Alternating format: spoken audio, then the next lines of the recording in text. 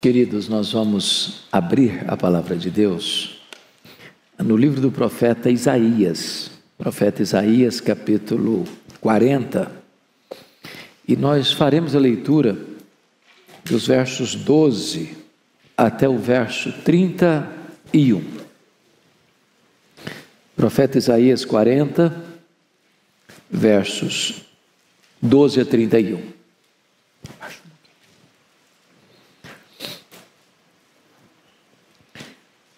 Eu peço que depois da leitura você mantenha a sua Bíblia aberta comigo nesta passagem.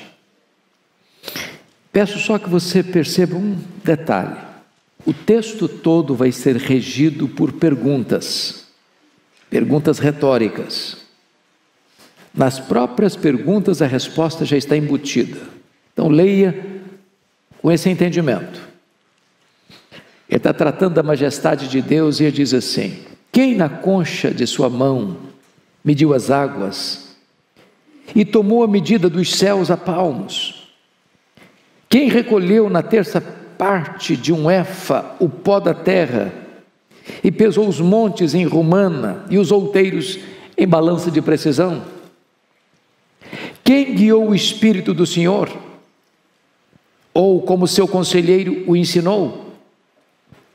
Com quem tomou ele conselho para que lhe desse compreensão? Quem o instruiu na vereda do juízo e lhe ensinou sabedoria e lhe mostrou o caminho de entendimento? Eis que as nações são consideradas por ele como um pingo que cai de um balde, ou como um grão de pó na balança. As ilhas são como o pó fino que se levanta. Nem todo o Líbano basta para queimar, nem os seus animais para um holocausto. Todas as nações são perante ele como coisa que não é nada. Ele as considera menos do que nada, como um vácuo. Com quem comparareis a Deus? Ou que coisa semelhante confrontareis com ele? O artífice funde a imagem e o ourives cobre de ouro e cadeias de prata forja para ela. O sacerdote idólatra escolhe madeira que não se corrompe e busca um artífice perito para assentar uma imagem esculpida que não oscile. Acaso não sabeis? Porventura não ouvis? Não vos tem sido anunciado desde o princípio? Ou não atentastes para os fundamentos da terra? Ele é o que está assentado sobre a redondeza da terra, cujos moradores são como gafanhotos. É ele quem estende os céus como cortina e os desenrola como tenda para neles habitar. É ele quem reduz a nada os príncipes e torna em nulidade os juízes da terra. Mal foram plantados e semeados, mal se arraigou na terra o seu tronco, já se secam, quando um sopro passa por eles e uma tempestade os leva como palha. A quem, pois, me comparareis, para que eu lhe seja igual, diz o santo? Levantai ao alto os olhos e vede. Quem criou essas coisas? Aquele que faz sair o seu exército de estrelas, todas bem contadas, as quais ele chama pelo nome, por ser ele grande em força e forte em poder, nenhuma só vem a faltar. Por que dizes, pois, ó Jacó, e falas, ó Israel, o meu caminho está encoberto ao Senhor, e o meu direito passa despercebido ao meu Deus? Não sabes? Não ouviste que o eterno Deus, o Senhor, o Criador dos fins da terra, nem se cansa, nem se fatiga? Não se pode esquadrinhar o seu entendimento. Faz forte ao cansado e multiplica as forças ao que não tem nenhum vigor. Os jovens se cansam e se fatigam, e os moços de exaustos caem. Mas os que esperam no Senhor renovam as suas forças, sobem com asas como águias, correm e não se cansam, caminham e não se fatigam. Amém. Aleluia. Irmãos amados, eu gostaria hoje de pensar com vocês como nós poderemos ter a nossa força renovada, a nossa esperança revitalizada, a nossa alegria remoçada. O profeta Isaías ele está tratando aqui da majestade de Deus, da grandeza de Deus, da soberania de Deus. E eu não encontro nenhuma razão mais eloquente do que esta para termos uma igreja viva e uma igreja forte. A Bíblia diz que o povo que conhece a Deus é um povo forte e um povo ativo. A W. Tozer, que foi talvez um dos mais importantes escritores do século passado, ele diz que o maior problema da igreja, e ele está falando da igreja do século passado, e nós falamos da igreja de hoje, é que muitas vezes nós passamos a maior parte do tempo olhando para o nosso próprio umbigo, tomando o nosso próprio pulso.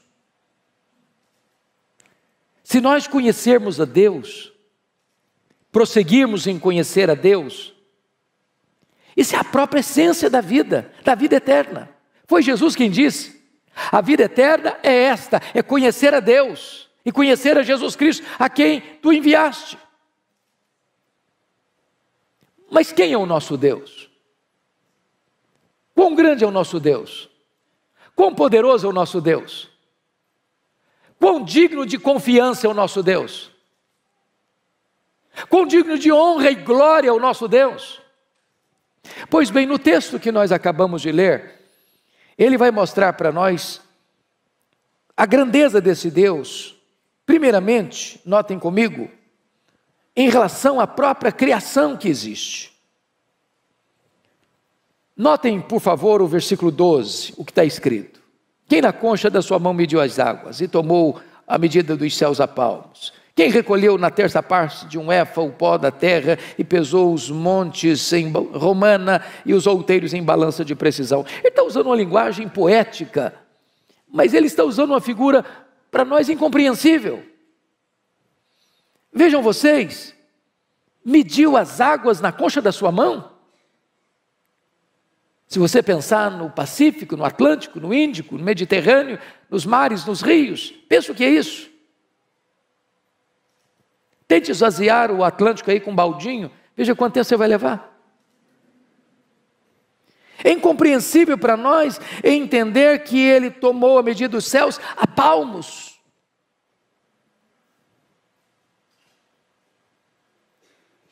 Mas qual a extensão dos céus? Os cientistas não sabem dar uma resposta. Eles não têm essa resposta. Porque na verdade isso é uma matéria em aberto. O que nós sabemos é que este universo que ele mediu a palmos não é infinito, porque a infinitude é atributo exclusivo de Deus. Mas se conhece, se sabe hoje que o nosso universo tem mais de 93 bilhões de anos-luz de diâmetro. Se você voasse na velocidade da luz, 300 mil quilômetros por segundo, você demoraria mais de 93 bilhões de anos para ir de uma extremidade à outra, e ele mediu tudo isso a palmos. Ele vai dizer que ele recolheu na terça parte de um éfa, não foi num éfa inteiro não. Na terça parte de um éfa, o pó da terra. E pesou os montes em romana e os outeiros em balança de precisão. É incompreensível isso para nós. Mas o profeta está usando essa figura bela, poética, romântica até, para provar para nós uma coisa: o seu Deus é o Deus majestoso. Ele é maior que tudo quanto ele criou. Veja comigo o verso 26. Levantai ao alto os olhos e vede quem criou estas coisas. Aquele que faz sair o seu exército de estrelas, todas bem contadas, as quais ele chama pelo nome, por ser ele grande em força e forte em poder, nenhuma só delas vinha a faltar. É outra coisa espantosa. Porque os cientistas dizem que tem mais estrelas no firmamento que todos os grãos de areia de todas as praias e desertos do nosso planeta. Ele não apenas criou todas elas, ele batizou cada uma delas pelo nome. E porque ele é forte em força e grande em poder, quando as chama pelo nome, nenhuma só delas vem a faltar. Este é o seu Deus, majestoso, glorioso, absolutamente digno de honra, de glória e de louvor da sua igreja. Mas em segundo lugar, veja comigo nos versos 13 e 14, que ele vai mostrar a grandeza do seu Deus em relação ao saber, ao conhecimento. Ele diz assim: quem guiou o Espírito do Senhor? Ou como seu conselheiro o ensinou? Com quem ele tomou conselho para que lhe desse compreensão? Quem o instruiu na vereda do juízo e lhe ensinou sabedoria e lhe mostrou o caminho do entendimento? Ele está perguntando em outras palavras para nós assim: em que escola ele estudou? Qual foi a faculdade que ele fez? Onde ele fez a sua pós-graduação? Onde ele fez seu mestrado? Onde ele fez seu doutorado? Onde ele fez seu pós-doutorado? Quem foi o professor de Deus? Quem instruiu a ele? Quem ensinou a ele? Quem deu a ele conhecimento? E aqui está algo tão sublime, porque todo saber procede de Deus, toda ciência emana de Deus.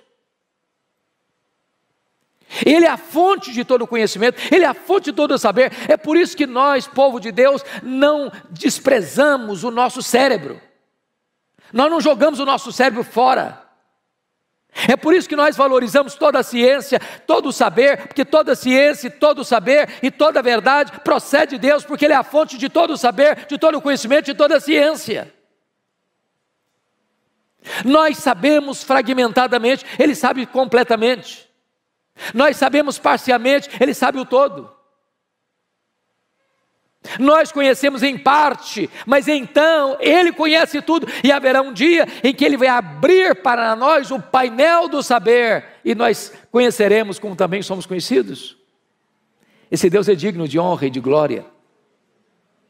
Mas, em terceiro lugar, confira comigo aí os versos 15 a 18, porque vai mostrar a grandeza de Deus, não só em relação à criação, não só em relação ao saber, mas em relação às grandes potências da época, as grandes nações da época. Veja, por favor, versos 15 a 18. Eis que as nações são consideradas por ele como um pingo que cai de um balde, ou como um grão de pó na balança. Olha o verso 17. Todas as nações são perante ele como coisa que não é nada. Ele as considera menos do que nada, como um vácuo. E ele usa uma linguagem aqui tremenda. Porque um pingo que cai de um balde, não dá para refrescar o chão ressequido, nem matar a sua sede. Ele olha para essas grandes potências, pense comigo nas potências do passado, o Egito, a Síria, a Babilônia, Império Medo-Persa, Império Greco-Macedônio, Império Romano. Pensa comigo hoje, Estados Unidos, China, Japão, Alemanha, Reino Unido, França, Europa, os países da África, os países da Ásia, os países da Oceania, os países da América do Norte, Central, do Sul. E ele considera todas essas nações, todas essas potências econômicas e militares como um pingo que cai num balde, como um pó numa balança de precisão. Aliás, ele vai além do seguinte: é como nada, é como menos do que nada, é como um vácuo. Então as nações que se insurgem contra Deus, as nações que blasfemam de Deus, as nações que acham que elas mesmas são a própria divindade, Deus olha essas conspirações todas da terra, diz o Salmo 2, e ri. Porque Ele quem levanta reinos e abate reinos, Ele quem coloca reis no trono e faz esses reis apiarem no trono, e só Ele é Deus, só Ele é o Rei Supremo. Mas o profeta Isaías vai além, e vai mostrar a majestade de Deus, a grandeza de Deus, em quarto lugar, em relação aos ídolos. Confira comigo os versos 19 a 21. O artífice funde a imagem, o ourives a cobre de ouro e cadeias de prata forja para ela. O sacerdote idólatra escolhe madeira que não se corrompe, busca um artífice perito para assentar uma imagem esculpida que não oscile. Acaso não sabeis? Porventura não ouvis, não vos tem sido anunciado desde o princípio, ou não atentastes para os fundamentos da terra? Ele está agora comparando Deus, o nosso Deus, o único Deus vivo e verdadeiro, com os ídolos dos povos. Quando Deus tirou o seu povo de Israel do Egito, por que mandou 10 pragas? Poderia ter sido 2, 3, 4, 5, 6. Por que 10? Porque cada praga daquela desbancava uma divindade do panteão egípcio. Ele está mostrando que só Ele é Deus. Que os deuses dos povos são deuses falsos. Não são deuses de verdade. Quando você olha o Império Assírio, ele tinha muitos deuses. Quando você olha o Império Babilônio, ele tinha muitos deuses. Quando você olha o Império Medo-Persa, tinha muitos deuses. Quando você olha o Império Grego, tinha um panteão de deuses gregos. Quando você olha o Império Romano, tinha um panteão de deuses romanos. Mas só Deus é Deus. Aquilo que os homens chamam de deuses, aquilo que os homens dizem que esse é o padroeiro, esse é o protetor, essa é a protetora, não protegem eles mesmos. São feitos por mãos humanas, de barro, de gesso, de pedra, de pau. Mas o nosso Deus reina, o nosso Deus é soberano, Ele é o Deus autoexistente, Ele é o Deus infinito, Ele é o Deus imenso, Ele é o Deus eterno, Ele é o Deus imutável, Ele é o Deus onipotente, Ele é o Deus onipresente, Ele é o Deus onisciente, Ele é o Deus transcendente, Ele é o Deus soberano, só Ele é Deus. Mas o profeta Isaías vai além, vai mostrar para nós agora a grandeza deste Deus em relação aos governantes da época, os príncipes da época. Olha o que ele vai dizer nos versos 22 a 25. Ele é o que está assentado sobre a redondeza da terra, cujos moradores são como gafanhotos. É Ele quem estende os céus como cortina e os desenrola como tenda para neles habitar. Ele quem reduz a nada os príncipes e torna em nulidade os juízes da terra. Mal foram plantados e semeados, mal se arraigou na terra o seu tronco, já se secam quando um sopro passa por eles, uma tempestade os leva como palha.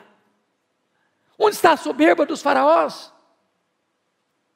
Onde está Senaqueribe? Onde está Nabucodonosor? Onde está Ciro o Grande? Onde está Dario I?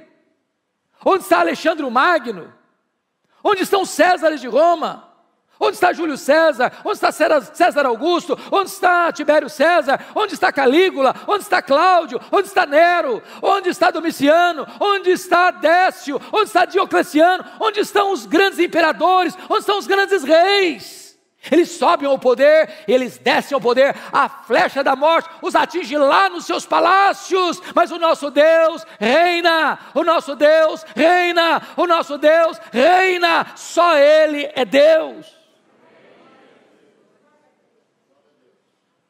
E agora, o profeta Isaías vai mostrar para nós as implicações disso.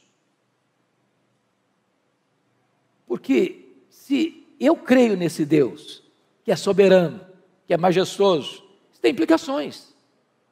Tem implicações. Então vejam comigo como é que Isaías vai aplicar isso no verso 27.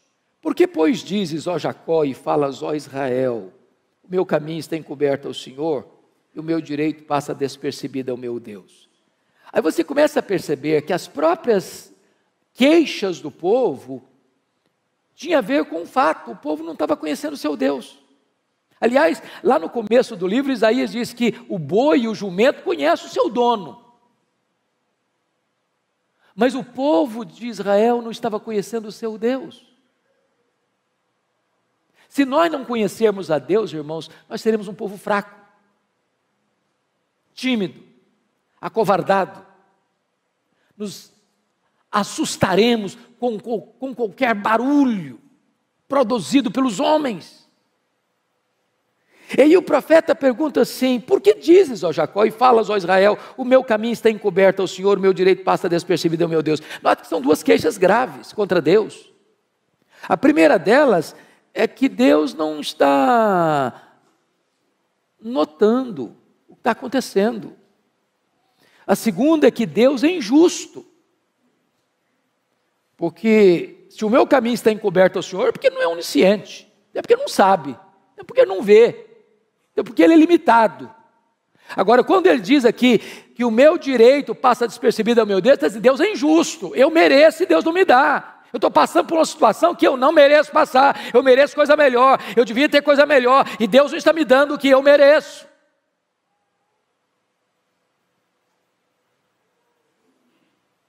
Aí o profeta responde assim, verso 28. Não sabeis?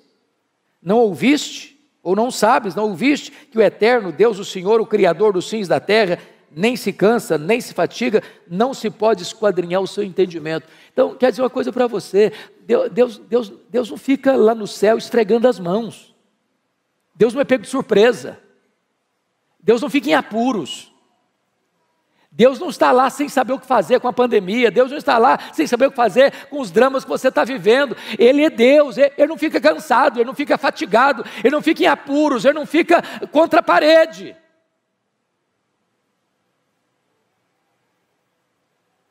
Mas notem uma coisa, não se pode esquadrinhar o seu entendimento. Sabe o que significa isso, irmãos? Tem muita coisa na vida que eu não vou conseguir explicar, a pastora Erival não vai conseguir explicar, você não vai conseguir entender, você não vai conseguir explicar. Porque se eu pudesse entender Deus no seu aspecto pleno, eu seria igual a Ele, eu não seria Deus. Eu sempre serei limitado. Os atributos incomunicáveis de Deus nós não teremos nem no céu. Há coisas que você e eu não vamos entender. Eu fico olhando a história do Jó, por exemplo, que foi golpeado na vida financeira, na saúde, no casamento, nas amizades e com os filhos. E o que Jó fez? Ele perguntou, ele quer saber. Ele fez 16 perguntas, por quê, por quê, por quê, por quê, por quê? Ele fez 34 queixas contra Deus, e a resposta de Deus para ele foi o silêncio. E quando Deus falou, Deus não respondeu nenhuma das 16 perguntas, nenhuma das 34 queixas, ao contrário, Deus fez 70 perguntas para ele. A Bíblia diz que Deus o restaurou, mas Deus não explicou. O que Deus promete para você é restauração, nem sempre explicação.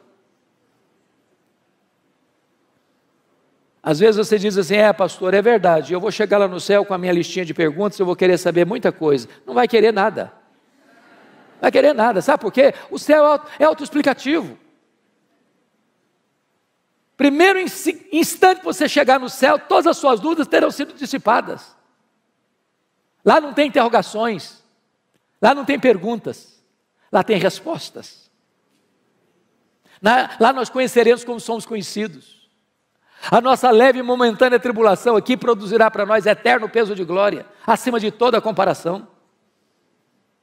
Mas ele prossegue no texto, confira comigo no verso 29, quando ele diz assim, esse Deus faz forte ao cansado e multiplica as forças ao que não tem nenhum vigor. Talvez você está hoje aqui, meu irmão, de tanque vazio. Talvez você está aqui andando na reserva. E eu quero dizer para você que Deus trouxe você aqui nesta noite para dar uma B12 na sua veia espiritual. Deus trouxe você aqui hoje para dizer o seguinte, olha meu irmão, você não precisa andar fraco e abatido não, você pode ser fortalecido, o Deus Todo-Poderoso é o seu Deus, é o seu Pai, e Ele está aqui hoje para fortalecer você, levantar você. Ele diz no verso 30, confira comigo, os jovens se cansam e se fatigam, e os moços exaustos caem. O que ele está dizendo? Hoje eu assisti o sermão do pastor Ival, das 8 horas, e ele deu uma pincelada nesse assunto aqui. Se você confiar, jovem, na sua força, o jovem tem vigor, ele é forte, ele enfrenta a luta e vai para frente, vai para cima, ele tem força, ele tem vigor. Mas isso é limitado, sabia? Tem muito jovem cansado. Tem muito jovem arquejado. Tem muito jovem fatigado. E é Deus, e só Deus pode multiplicar suas forças, renovar seu ânimo, dar esperança para você. Por isso o texto no verso 31 diz algo sublime, mas os que esperam no Senhor, renova suas forças. Não é o forte na sua força, não é o sábio na sua sabedoria, não é o rico na sua riqueza, é os que esperam no Senhor. Não é o trabalho que você tem, não é a empresa que você dirige, não são os negócios que você tem, não é a tradição da sua família, não é os diplomas que você granjeou nos seus estudos acadêmicos, é os que esperam no Senhor. E aí ele faz uma comparação interessante. Os que esperam no Senhor renovam as suas forças, sobem com asas como águias, correm e não se cansam, caminham e não se fatigam. E eu fico sempre curioso quando leio isso aqui, porque eu li alguns livros de oratória, alguns livros de retórica, e quase todas as obras que eu li, se não todas, nesta área, diz que um discurso precisa terminar lá em cima e não lá embaixo. E se você e eu fôssemos o escritor desse versículo aqui, talvez seguindo as leis da retórica, da oratória, nós mudaríamos os verbos. Nós leríamos assim: os que esperam no Senhor caminham e não se fatigam, os que esperam no Senhor correm e não se cansam, os que esperam no Senhor sobem com asas como águia. Não é assim? Corre, anda, corre e voa. Só que o profeta bota não em grau ascendente, mas em grau descendente. Por quê? Muito provavelmente, porque as nossas forças são drenadas, desidratadas, não é nas poucas vezes que nós voamos, nem nas algumas vezes que nós corremos. Tem muita gente que não consegue correr mais, o joelho não deixa. Me too. Mas às vezes a gente fica estressado, cansado, esgotado, é na dinâmica da vida, do andar, é a rotina da vida. Levar filho para a escola, pegar filho da escola, levantar cedo e ir para o trabalho, voltar do trabalho para casa, domingo após domingo vir para a igreja, voltar da igreja para casa. Essa rotina do andar esgota você. E Deus é poderoso hoje aqui para renovar-nos, enquanto voamos, enquanto corremos, enquanto caminhamos. Mas aqui eu queria aproveitar, amanhã é feriado, Marival vai me dar um desconto, e eu queria olhar por que ele compara com a águia. Os que esperam no Senhor renovam suas forças como águia, sobem com asas como águia. Por que ele está usando a figura da águia? Por que ele está nos trazendo esse tipo da águia? Primeiro, porque no mundo inteiro, irmãos, a águia é símbolo de otimismo, de força, de garra. E eu queria falar para você que se você espera no Senhor, você precisa ter um otimismo indestrutível. Crente não pode ser desanimado, crente não pode ser pessimista, crente não pode ficar puxando para trás. Crente não pode ficar olhando a vida de óculos escuros. Nós somos como a águia. Há pouco tempo, quer dizer, não, pouco tempo relativo, alguns anos, entrou no meu gabinete uma mulher chorando muito. E quando ela acalmou, eu disse: filho, o que está acontecendo? Ela disse: pastor, eu estava saindo de casa para vir para cá, e a minha vizinha pulou do 10º andar do apartamento dela, do prédio dela, se esborrachou no asfalto. E eu perguntei: mas que conexão tem isso com a sua vinda aqui? Ela me disse: é porque eu estou querendo fazer a mesma coisa, mas não tenho coragem. Eu falei: mas por que você quer se matar? Ela me respondeu: porque eu sou um problema. Eu perguntei: mas por que você acha que você é um problema? Porque o meu pai sempre me disse que eu era um problema. Aí eu saí de casa para me casar com o primeiro pretendente. E o que aconteceu? Meu marido dizia as mesmas palavras do meu pai: você é um problema. Pastor, eu sou um problema. Falei: mas o que você fez? Falei: eu me divorciei dele, me casei de novo. Falei: o que aconteceu? O segundo marido dizia que eu era um problema. Falei: e daí? Falei: eu me divorciei dele, casei a terceira vez. Falei: o que está acontecendo? O meu terceiro marido me diz que eu sou um problema. Pastor, eu sou um problema, eu não mereço mais viver, eu não posso mais viver, eu quero me matar. Eu senti compaixão por aquela mulher e disse para ela 3 coisas. Ela é uma mulher cristã, membro de uma igreja evangélica. Eu disse: filha, 3 coisas eu preciso lhe dizer. Primeiro, você não é o que as pessoas dizem que você é. Segundo, você não é o que você pensa que você é. Terceiro, você é quem Deus diz que você é. Quem você é? Você foi criada à imagem e semelhança de Deus. Você é amada por Deus. Deus amou você e deu o seu filho para morrer em seu lugar. Você é a menina dos olhos de Deus. Nunca olhe para você e despreze você, porque quando você despreza o projeto, você está desprezando o projetista. Valorize, porque você tem valor em Cristo. Em Cristo você é precioso, você é preciosa. Então lute pela sua vida, em vez de desistir dela. Mas ainda, irmãos, em segundo lugar, se nós somos como a águia, isso nos ensina uma segunda lição, o princípio da piedade progressiva. Diz os estudiosos que a águia sempre gosta de voar alto, alto, alto, sempre um pouquinho mais alto. O que significa isso se somos como a águia? Significa que o crente não pode ficar de altos e baixos, de avanços e recuos, em zigue-zagues na vida. Temos que voar alto, viver altaneiramente, pensar nas coisas lá do alto. Nós somos cidadãos dos céus. Aqui nós estamos como peregrinos e forasteiros. Aqui não temos casa permanente. Aqui não está o nosso lar permanente. Aqui não está a nossa pátria permanente. Nós somos testemunhas aqui, mas estamos a caminho da glória. Há uma outra ave que não consegue voar bem, sabia? Os voos são curtos, são baixos e desastrosos. É o pelicano. Mas sabe por que o pelicano não sabe voar alto, não consegue voar alto? É porque tem um papo muito grande. Sabe por que alguns crentes não conseguem voar alto? Tem um papo muito grande. Gente ensimesmada, gente narcisista, gente egoísta, gente que se sente um gigante quando não passa de um pigmeu.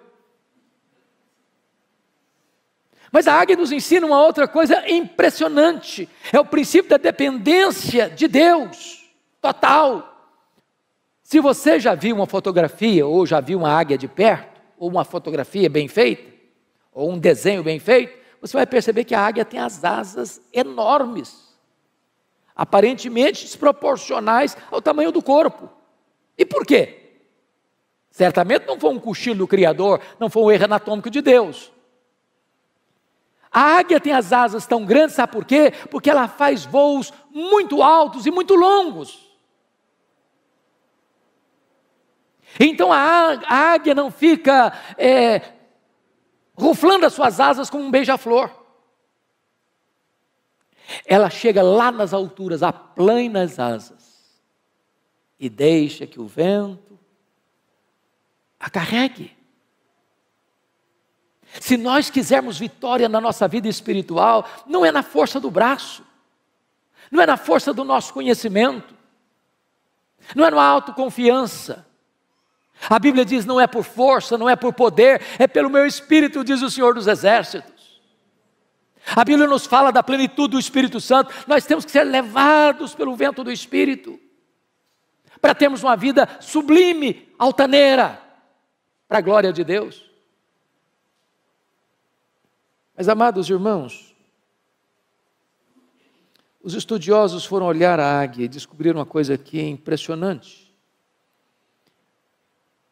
A águia tem a capacidade lá nas alturas, a 1000 metros, olhar lá embaixo e ter clareza do alvo. E ela faz um voo como uma flecha para atingir o seu alvo. Quando foram pesquisar sobre isso, descobriram que nós temos na nossa retina um dispositivo chamado de fóvea, que nos dá a capacidade de olhar um quadro geral e nos concentrar num quadro específico. Como se eu estivesse olhando para o Arival, pastor Arival, mas não perdendo de vista o auditório. A capacidade que eu tenho de tirar um close do rosto dele sem perder vocês, é que eu tenho na minha retina esse dispositivo chamado fóvea. A águia, os estudiosos descobriram, ela tem 3 fóveas. Ela ao mesmo tempo consegue enxergar um alvo acima, na frente e embaixo. Mas se nós somos com a águia, o que significa isso? Nós temos que ter visão para cima, para o alto, para Deus. Tem gente, irmãos, que é cientista, pós-doutorado em algumas áreas do saber humano e não enxerga um palmo acima da cabeça. Tem um mínimo de discernimento espiritual.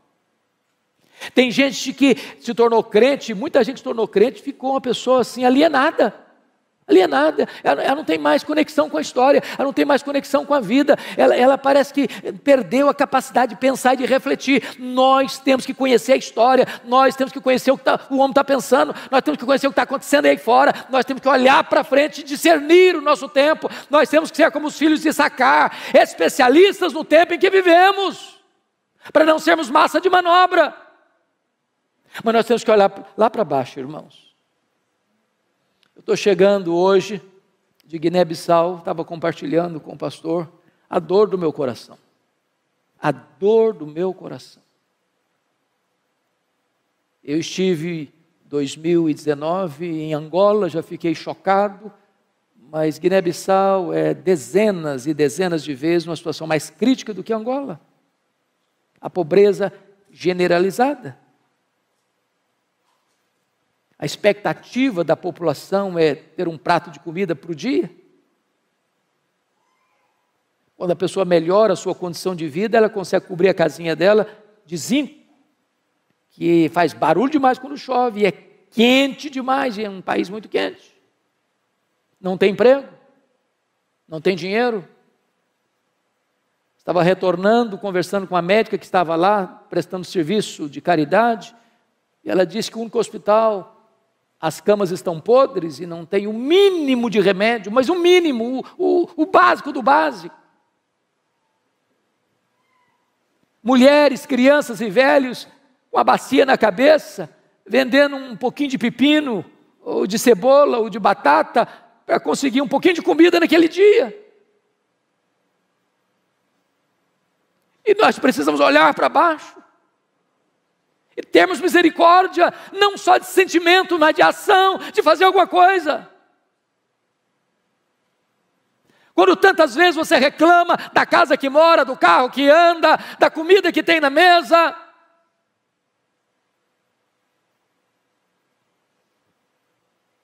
Mas ainda, irmãos, me permita 2 coisas para encerrar.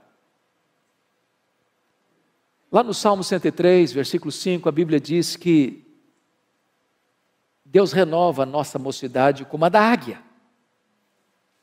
Isso é impressionante para mim. Porque se Deus renova a minha mocidade como Deus renova a mocidade da águia, eu tenho que saber como é que Deus renova a mocidade da águia. E a águia tem uma capacidade de superação incrível. Porque quando ela percebe que ela está com as suas penas enferrujadas, com o seu bico enferrujado, com as suas garras impotentes, ela faz algumas coisas interessantíssimas. Ela se isola, ela fecha a sua agenda, ela para a sua atividade, e ela vai lá para o alto de um penhasco e fica lá, sozinha. Tem hora, amado irmão, que nós precisamos dar uma parada, para saber por que eu estou fazendo o que eu estou fazendo. Não tem nada mais perigoso do que o ativismo, sem reflexão. Deus não nos chamou prioritariamente para fazer a sua obra, Deus nos chamou prioritariamente para andarmos com Deus da obra. Tem hora que é preciso fazer um retiro, não na direção de uma coletividade, mas da solidão, talvez da solidão do seu quarto. A águia, ela mesma tira as suas penas enferrujadas. Talvez é hora de você tirar algumas penas enferrujadas. O pastor já explicou dos pecados, alguns hábitos, alguns vícios, algumas manias, algumas idiosincrasias, que se grudaram, que viraram hábito, que viraram vício, que é preciso tirar. Vai doer, vai sangrar, mas enfrente isso, se você quer ser restaurado por Deus. A águia amola o bico na pedra para tirar aquela ferrugem. Irmãos amados, se nós queremos restauração de Deus, nós precisamos afiar o bico, sabia? Tem muito crente entrando em brigas feias, nos bastidores da internet. Brigas horríveis, falam mal uns dos outros, criando contenda uns com os outros. Está na hora de parar com isso, não perder tempo com isso, para ler um pouco mais a nossa Bíblia, orar um pouco mais, buscar mais a Deus, consagrar-nos mais, usar melhor o nosso tempo. A águia bate com as garras na pedra, para que aquelas garras frágeis caiam e possam surgir novas garras fortes. Nós precisamos de armas, não enferrujadas, mas poderosas em Deus, para destruir fortalezas e anular sofismas. Quando a águia termina todo esse processo, daqui a pouco ela vai se remoçando, as penas vão nascendo, o bico vai nascendo, as garras vão nascendo, e ela sai de lá completamente remoçada para dar início novamente às suas atividades. Mas eu quero concluir, porque está escrito lá em Jó, talvez você pudesse conferir comigo, Jó capítulo 39, e esse é um dos textos mais incríveis da Bíblia, versículo 27 e 28, está escrito assim em Jó 39, 27 e 28. Ou é pelo teu mandado que se remonta a águia e faz alto o seu ninho, habita no penhasco onde faz a sua morada, sobre o cume do penhasco, em lugar seguro. Olha que lição, se nós somos como a águia. A águia coloca o ninho dos seus filhos no alto dos penhascos, longe dos predadores. Meus irmãos, se existe uma geração que tem predador de criança, é a nossa geração.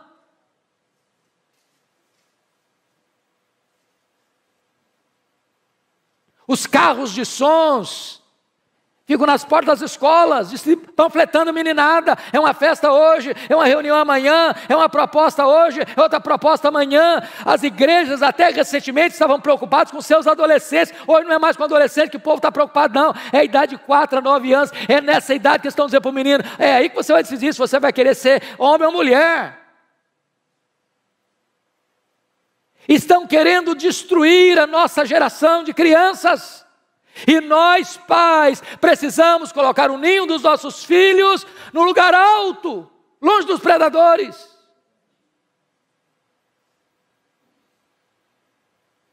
Agora vá comigo para Deuteronômio 32:11, porque tem outra lição importante lá, sobre a águia, essa questão do cuidado da família.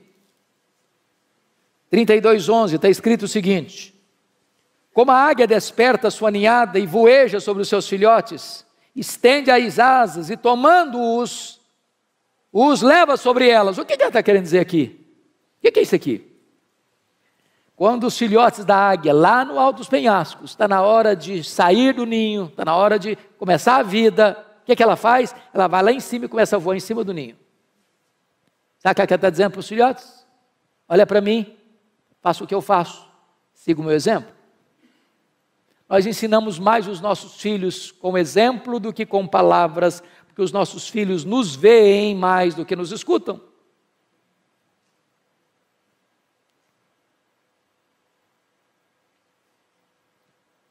Mas talvez você pergunte, pastor, eu sou um pai exemplar, eu sou uma mãe exemplar e eu estou tendo problema em casa. Eu admito isso. Às vezes a gente tem que pegar mais leve com alguns pais. Porque eu vejo um Samuel tendo filhos complicados. Eu vejo um Davi tendo filhos complicados. Eu vejo um rei Ezequias tendo um filho muito complicado. Mas o que a águia faz quando os filhos não querem seguir o exemplo? Ela vai lá no ninho, tira o capim macio, deixa só os espetos. Tem hora que a única linguagem que os filhos vão entender é a linguagem da disciplina. Por favor, não entenda que eu estou falando de espancar filho, de agredir filho, de achatar a autoestima do filho, não é isso que eu estou falando. Mas todo filho, toda filha precisa de disciplina. Disciplina é um ato responsável de amor. Todo filho, toda filha precisa de limites. Que horas vai sair? Aonde vai? Com quem vai? O que vai fazer? Que hora volta? Filhos sem limites vão ser o desgosto dos pais. Mas alguém pergunta, pastor, e se os filhos nem a disciplina aceitam e se recusam a ser corrigidos? O que é que se faz? A águia toma uma atitude radical. Ela arranca o filho do ninho e joga no espaço. Filhote que nunca voou, não sabe voar, vai dando cambalhotas. E ela deixa, até fazer o que ela faz aqui. Estende as asas, tomando-os, os leva sobre ela.